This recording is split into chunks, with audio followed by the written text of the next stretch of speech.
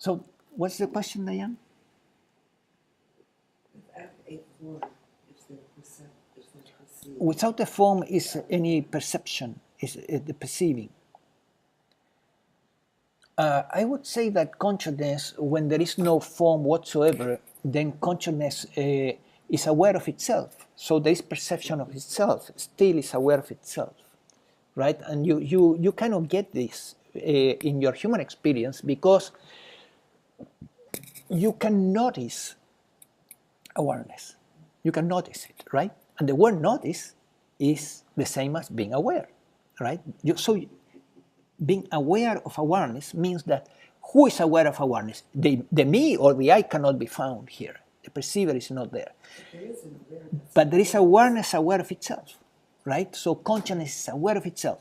So when the perception disappears because the movie is over, right? The movie of the mind is gone.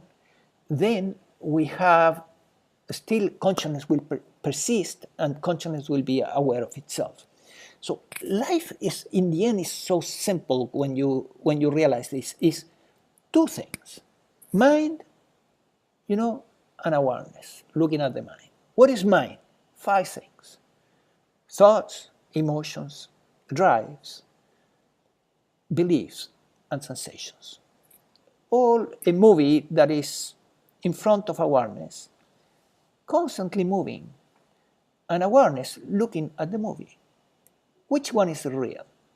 Well, obviously, in the movie, everything changes, right? But awareness is constant. So that's the definition of reality in Buddhism, right? The Buddhists are telling us for thousands of years what is real is permanent, what is unreal comes and goes, is impermanent. So we see it in our own experience that there is one thing in our own experience, just one thing that is permanent. What is that? Awareness. That's what is permanent. The rest is impermanent. The rest is the mind that is in constant movement, in constant change. So you are the divine consciousness looking at the movie, right? The divine formless consciousness looking at the movie. And the me and the I is part of the movie. It's a thought that comes and goes. Thoughts about me, thoughts about I, my plans and mine and my, and so on. Stories of the mind, part of the movie. But you, as consciousness, you're constant. So that's the awakening. There's nothing extraordinary about this, but it's life transforming, right? Once you see it, you really see it, it changes your life, because now you cannot keep denying that what you are anymore, and you cannot keep believing what you are not.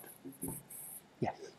I was just going to say it's harder as a human to grasp perception because we think of a mechanical device that's like a camera capturing an image, so our brain or our eyeball. But consciousness doesn't have that apparatus. Right.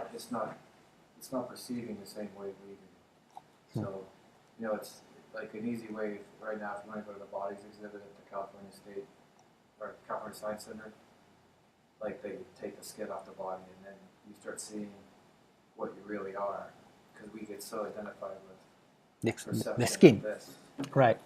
Rather than what we really are. Mm-hmm. Yes. So Weston is saying that. Let me see if I interpret you correctly. Consciousness is not operating through a kind of a camera, right? It's operating. It's formless. It's totally formless. But without consciousness, actually, nothing would make any sense. Without consciousness, no movie, no part of the mind would make any sense, because there would be no one or nothing to see it, right? So the minute consciousness withdraws from this apparatus, this thing ends its life. So what is the life of the mind-body organism is consciousness.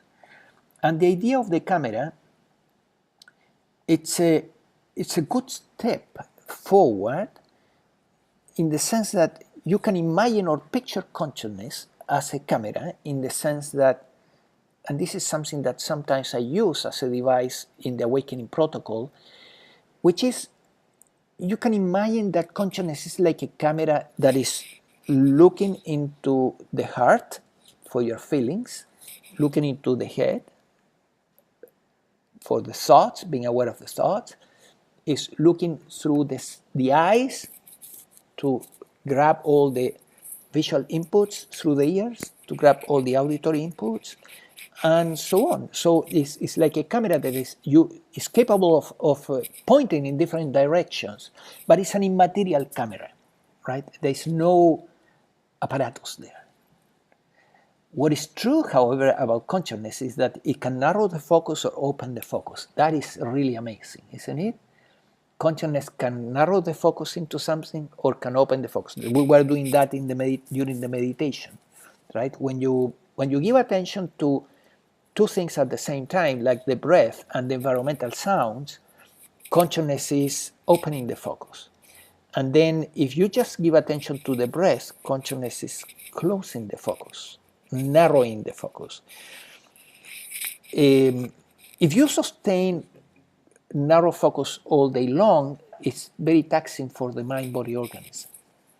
So it's advisable to open the focus for as much as you can. And when you open the focus, you are already moving in the right direction, because you have, in open awareness, the thoughts really calm down. And in narrow focus, unless you have great concentration, it's easier to get caught in the voice in the head, which is the voice of the ego.